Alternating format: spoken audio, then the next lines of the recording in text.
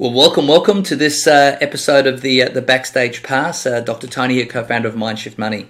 And in this episode, the title, if you like, is Making Measurable Progress in Reasonable Time. And the objective of what I want to get across or give you a behind-the-scenes insight into is the actual rollout of MindShift.money. What we're learning, what we experience along the way, how our journey is going as close to real time as we can. We're getting a lot of people asking us questions because what you've actually got is a live working case study of a movement, a global enterprise in operation and in development, and we certainly have started with big objectives. And so, how do you go from a standing start through to the objectives that we actually have, which is to really impact the world and change behaviour around money. As we stand running at the time I'm actually recording this, we're just a little under 25,000 members. The publication itself's been launched just on 4 months ago. I think it's probably just ticked over 4 months ago. As we run right now, and we've got members in our community from over 30 countries, and so on the surface, things are growing and developing beautifully. We're making an impact in the world. We're getting requests for interviews. We're getting a name out there in global financial literacy. It's beginning. It's starting. We're getting an impact in our community, which is fantastic. We're getting some people getting fantastic results, and it's exciting. The progress is starting to develop. But underneath that, what you've got is you can probably envisage the old duck in action, which is any fast-growing organisation often has a number of acute stressors and acute learning underneath it. Because what you're doing is you're building something for the very first time that's never been done before, or at least never been done by yourself before. So you can plan as much as you like, but the best laid plans need to be monitored and need to be corrected because you don't have a full basis of experience behind those plans. You only know what you know, and what you know has got you where you are now, and you want to take it to another whole stratosphere or another plane. So you've either got to become more, get a team around you can accomplish more, and make measurable progress in reasonable time. So I want to talk around the things you hear us teach, and then how we're actually applying it in our own world, and hopefully what you get out of that is some things that give you some ahas, some clicks, put some pieces into place for how you're growing your impact in the world. So when you're starting out any endeavor, any enterprise, you always begin with the end in mind. You might have heard me say before that you never start a business without a plan as to how you're actually going to get out of it. Whenever you're starting a business, there are 3 key drivers that the business needs to pay attention to, and the driver is usually dominantly led by one of these areas. But then at any time, the other ones will have a calling on your time and your energy, and that is there's the impact the business wants to make, the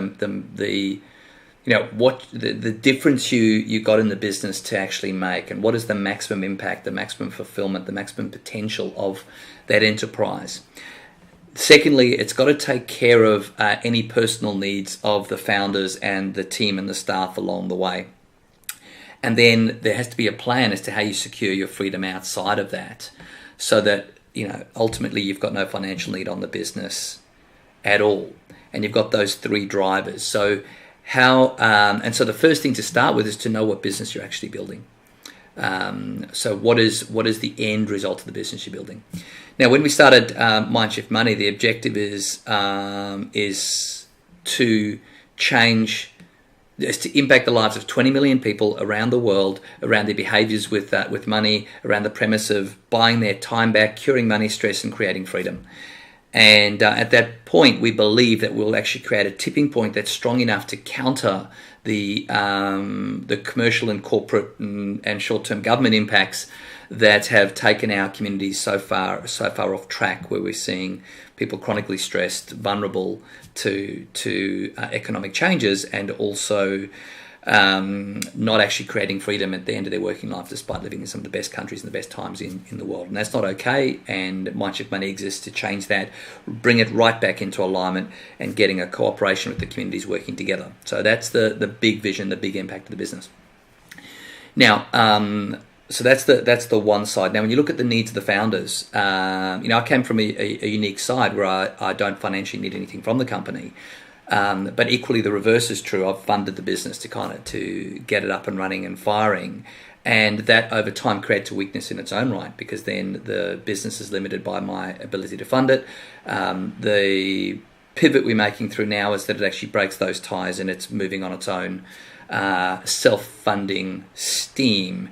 And now the monetization, the profitability of the business is important, because we want to be rolling those funds into bigger programs and bigger impact, and it needs to become this juggernaut that brings a healing energy around the whole world. So that's some of the pivot you'll see us doing at the moment. But that still brings that side in mind of the second side. And then the next thing is freedom outside of the business. Now, again, I've got a degree of freedom. Doesn't mean that down the track, I've got more things to do with funds and money as it comes about to secure my family that much further.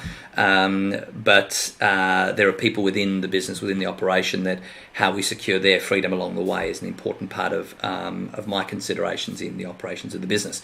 So you've got those three energies coming about. So what does that mean in this early stage of this backstage pass? So the dominant energy in driving the business was and is around creating that tipping point of 20 million people. That's the drive. And in running that drive, I'm funding that growth. I was funding the growth because we're pivoting the companies just at the point now of tipping into self-sustainability, which I personally am very excited about. But I was funding the growth to take that energy out. But you still got to pay attention to that other side, because the more the business grows, the more funds it needs, the more people in the team, all this more operation. And unless you're paying attention to those other areas as well, it can blow up on re-entry. The growth can be a very hungry exercise. Hopefully that makes sense when it comes across as I'm talking through this. It means it can take more and more funds for the business's vision to realize. And it doesn't matter how altruistic you are or what your intentions are, we still live in a world where money makes the world go round, and there's people services that are needing to be paid and requiring to be paid out the company. So the value of what the business creates can't just be for zero value, which is an interesting one when you look at your business model. So I'll come back to that in a second. But the value the business creates must be greater. The value it creates in the marketplace must be greater than the needs for these other two areas. Okay, so if you're clear on the business that you're building this, first of all, so what business are you building? What does it need to do to take care of your base needs? And then what's your plan for freedom? Once you've got that, you need a blueprint. So what then is, how do you see the business and what it does, the product, services that it offers out to the marketplace? How does that blueprint come together to allow that vision to come about and balance those other two areas? So the next is you actually need to have a plan to run with. And from that plan, the next thing that comes out of that plan is you've then got to roll that plan out. Okay? Because, and I know this is, if you're anything like me, there's two things you need to really build the business. Okay? You need patience, number one, and you need the discipline to execute against this plan. And those are two things I find both very frustrating, because you envision it in your mind and you just kind of want it to be present in the real world straight away, and that taking the time to realize that we're in the physical realm and it takes a while for disciplined execution to bring this plan into reality is something I always find frustrating.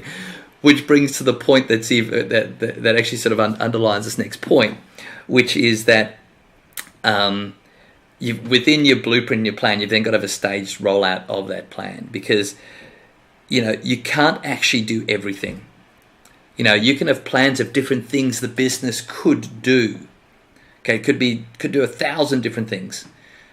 But you need to focus it down and go, okay, what is the core of this business? What is the core of how it's going to create its value? And then what are the gateway pathways for clients to come into that core for it to make its impact in the marketplace? And so that's the key, is you can have this blueprint. You go, okay, well, this is what it does, and this is where we need to be focused. But you can't do it all, and you can't do it all at once.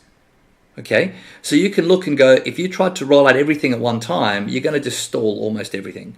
which again is frustrating because you've got to have the patience to roll out one piece, check how each piece is going, and roll it out in sequence.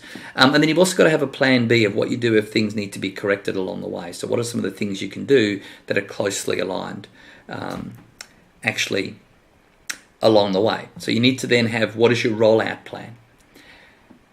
And then as you start executing, you can't then just leave the plan aside. You've then got to be monitoring and going, well, how are you actually going in rolling that plan out? Because remember, when you start out, it's just a theoretical plan, right? It works on paper, everything works on paper, but then you get out into the real world and execute it, and there's differences. There's other variables, things that didn't quite convert as much as what you expected. One program gets more traction than another. Your clients come back with some feedback, and little things help you refine along the way. So you've got to be measuring how you are going, and so which means you've got to know your numbers, and I'll talk around that. You've got to know your numbers, and then you've got to check that you're making measurable progress against those numbers. So where did you think you'd be at in your plan? Where are you actually at? And is there anything you need to correct along the way? Okay. So hopefully that makes, again, that's actually making sense, because again, stage rollout and then how you roll your business plan out, and then what your plan B is to correct can be important here. So, what are some of the things to know along the way? So, let me tell you some of that as we've rolled out. So, leading into the launch of MindShift.money in November 16. So, we're leading up to the launch of MindShift.money. So, we had a planned budget for what we would need to actually get the publication up and running, and the budget ran over quite substantially. Which you've then got to go, what do you do to correct that, or how do you adjust? How do you allow for that? Then the publication actually launches. Now we've got a whole new team coming on board. We've got journalists, we've got articles, we've got a whole range of things coming on board. So that team now has got to be organised, managed. We've got to check that the essence of the brand, the essence of what we're doing is rolling out correctly. And then we're launching out a free publication, free financial literacy, giving things like my books away for free, etc. But underneath it, we've got 2 paid communities and then sponsors and the like coming through. And in the plan we're rolling out, we're aiming to execute that out. But you don't know what's going to happen, right? So we're starting out, and we're getting people consuming our free content. We're giving them opportunities to upgrade. And you've got projections as to what you think those numbers will be. So how many do you think will come in? What percentage will upgrade? And again, when the whole mix comes together, it's self-sustaining, and the movement can take off and fly and do what it needs to do. But you don't know. So monitoring it along the way is vital. Monitoring it along the way is absolutely vital. So when we're monitoring, what are you actually monitoring? Well, one of the imperative things is you've got to monitor your cash flow. Okay, you've got to monitor not just your profitability, but also your cash flow. How much money is coming into your bank accounts, how much money is going out of your bank accounts, because cash flow will kill you, especially if you're running a fast-growing organization. So monitoring the cash flow is important. Then you're monitoring. How many clients, well, it's not then, you're actually monitoring at the same time, but you're monitoring how many clients are coming in to your various programs, how many are currently being fulfilled, and how many are leaving. Okay, and ideally you're wanting to know why they're leaving, so you're looking at that side. Along the way, you're then looking underneath it, so how profitable is each program for you, and where is your energy best spent? So if that makes sense, you're looking at how many clients are coming into your world, how many are being fulfilled against, and how many are leaving, and how long have they stayed?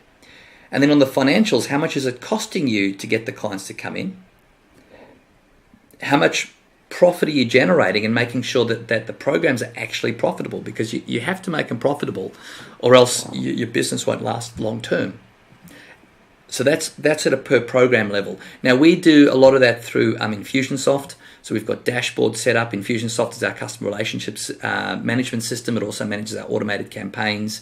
Does a whole bunch of stuff for us. So we've invested heavily in getting that working really well. And then we've got these dashboards that we can see in real time the actual numbers that are coming into each of the programs, how many are in it, and then the revenue that's actually coming in.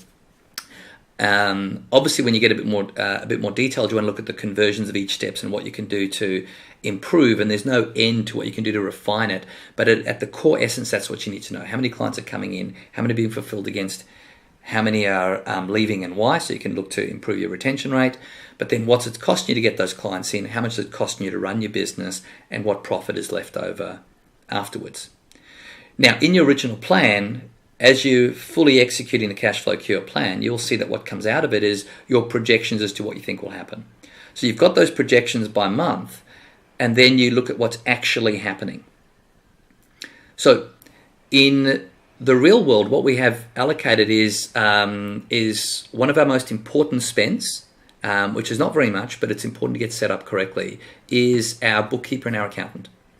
So the bookkeeper, we have the various bank accounts feeding directly into our software, so into our bookkeeping software. So we have live financial updates on our numbers. So we know those very closely. And generally by the latest, around the 10th, the very latest around the 15th of the month after, our financials are complete. That's completely refined and up to date.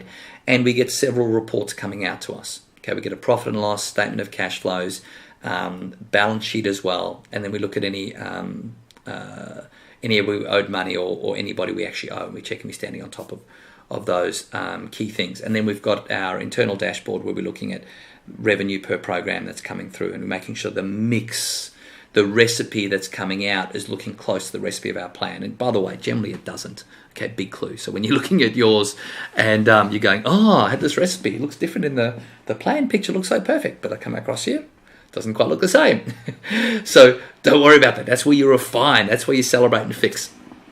And that's why you're part of this community as well. So you can kind of talk around that and go, okay, what do I need to improve upon here? So monitoring your numbers now allows you to see what's actually happening versus what you project to have happen. Okay, and generally what you'll see is this: the most common thing that happens is the revenue comes in slower than you expected.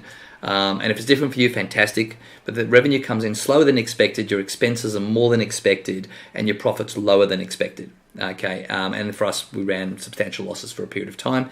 Part of the plan. I prefer it if it didn't, but better to turn that around. Okay, so that means also, invest, know your numbers. Have your bookkeeping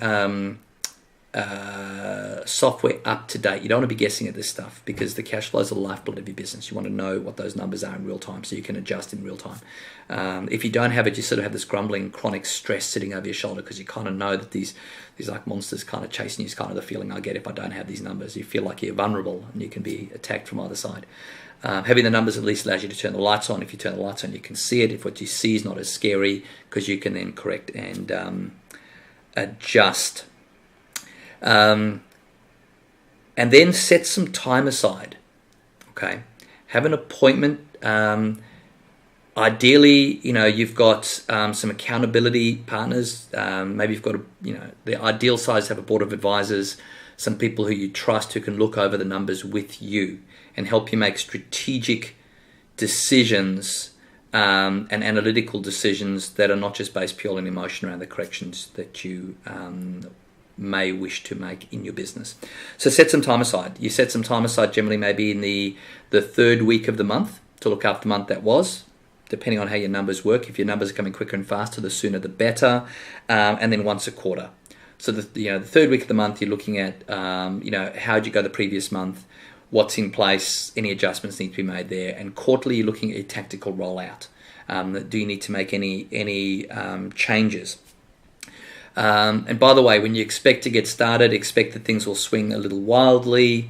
You'll feel like you're still running and putting out fires. And then as you get better and further down the path, what you'll find is it gets more finesse in how you're doing that. And then record your decisions is the other part. So you have, we call it a resolutions register, resolution and action items register, but record the decisions that you're making so you can kind of look back and see what level of thinking you had, what were the key decisions that you made, so you can look at where you are now and kind of see the journey of how you've gotten here and then invest in that wisdom of what you've learned along the way to make better quality decisions moving further forward. So make some review time, etc. Now obviously with Michaela and myself, it's great having a partner because we actually make time, we sit down and look at these numbers and make adjustments. So let me just tell a little bit based on our experience of what we've seen. Again, because you're building something new for the first time. So we're leading into November. We've got the launch into November. We've launched a range of programs to give us some experience understanding, because the online world wasn't something we had competency or familiarity with. We've invested heavily in mentors and masterminds, which were unbelievably invaluable, and of course the Upside's made some phenomenal friendships out of that. But what we've learned was really an accelerated, compressed learning, but still getting to the point of launching the publication. Spent more than I expected coming into that, more than I originally planned, and now we launched the publication and we're into the unknown, but we've dived off the cliff fully. Come out of the launch of the publication, we've got 25,000, just under 25,000 members now. I think our conversion into from members into some version of the paid community is just on 2%, 2.1%, something like that, have upgraded into the paid community. Now, we didn't know what to expect. We are 9 doublings away from 20 million, but that's where we're sitting at as we stand right now. And again, the numbers are changing daily, which is exciting. But when we've come back off the back of that launch, what we've seen is the revenue coming in from that wasn't enough to bring us past break even. Now, we didn't know what to expect. We were hopeful that it would. It didn't quite do that. So going back to our business model and our business plan, we've looked at it and we said, okay, in the planning what we're building, do we accelerate bringing something else further forward and earlier in our rollout sequence to plug that gap and get the revenue above, so the company is self-sustaining and then got the ability to grow? Because we've got some unbelievably exciting plans for it, but it requires that more fire under the fuel under the fire. I don't quite know what the words are, but we've got big plans. So coming off the back of that, we've sat back on one of our reviews. We're looking into it. One part I've missed is we then, with the quarterly review, you're making 90-day plans. So we're just out of our first 90-day plan, just starting into the second one.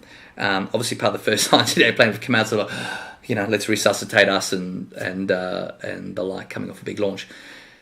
But out of the first 90-day plan, we've come back and done a tactical review and said, okay, we've got to accelerate a couple of things here to just readjust and bring forward some of the revenue generating activity. So we've launched, we're in the process of launching 2 high-end coaching certifications, one for our business owners and one for Financial Fit Bootcamp coaches. Now, it was in the plan. We brought it forward just a little bit earlier, and one of the key areas from that is they were high revenue generating actions that were key pieces in the build out of where we're ultimately wanting to go, which is having a place where our members can get deeper transformation, either from business owner side or from the coaching side. But the reason we brought that further forward was to accelerate the company reaching its sustainability, so that the movement could fly quicker and faster and untether itself off myself there. So that's what we're in the process of doing right now. The numbers have been quite exciting through that launch. It looks like the company's now sustaining itself early first couple of months, which again is, from my side, fantastic. And then obviously from the company's viewpoint, also fantastic, because it's the unlock pieces for a lot of what we want to do. And then at the end of the 90 days time, we will review it back again. Now, always what you're wanting to do is have the straightest line to releasing the vision, the maximum impact of your business. Okay, so you're always going to be, wherever possible, leaning to the things that are most closely aligned to what the end business model will look like. But along the way, you're dealing with the reality of where you may find yourself today. Okay, and you might find yourself without the time resources to roll some pieces out. You might find yourself without the skills around you. Very likely, you'll find yourself that you don't have the cash reserves to be able to just jump there in one go. So you'll then be looking at the things that are, so what are some of the features you're looking for in rolling out? And again, you'll see a lot more detail in the module as to how you roll out from here in the customized section. But you're looking at the automation. How much strain does the next rollout piece take on your team? Can you roll it out very simply and easily, or does it require a lot of the team's resources and energy to get it up and firing? The second element is the profitability. Is this piece rolling out something that is can generate some good profit and good cash flow, or is it less so? What is the inspiration? How close to your inspiration does it feel, and what's the impact? What's the ultimate impact it's going to make in your key vision? And depending on where you find yourself within the priorities of what you're building, each one of those will have a different weighting to allow you to determine what you actually roll out next. So stay close to this journey. Once again, I'm looking at as I'm talking through, trying to see what other insights I can give you that might help you in your particular journey. But it really is this. It is know what business you're building. Okay. Have your plan. Have the blueprint of how you see that business actually coming about. Know your numbers. Watch your numbers in real time. Take time to review the numbers, celebrate and fix, and make strategic adjustments along the way.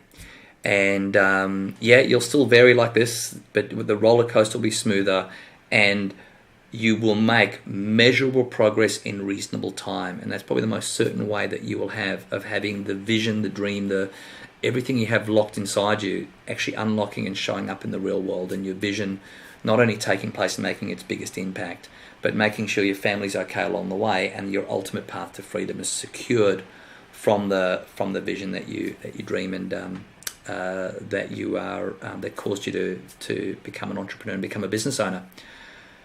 So that's a little bit of sharing from the heart. As you'll see, again, a little bit unstructured and the like. I'm just trying to talk and give you the best insights to help you on your journey along the way. Hope you've got some cool value out of here. Let us know how you're going. Let us know in the communities how you're going with your questions, and keep choosing freedom. And that's this Backstage Pass video.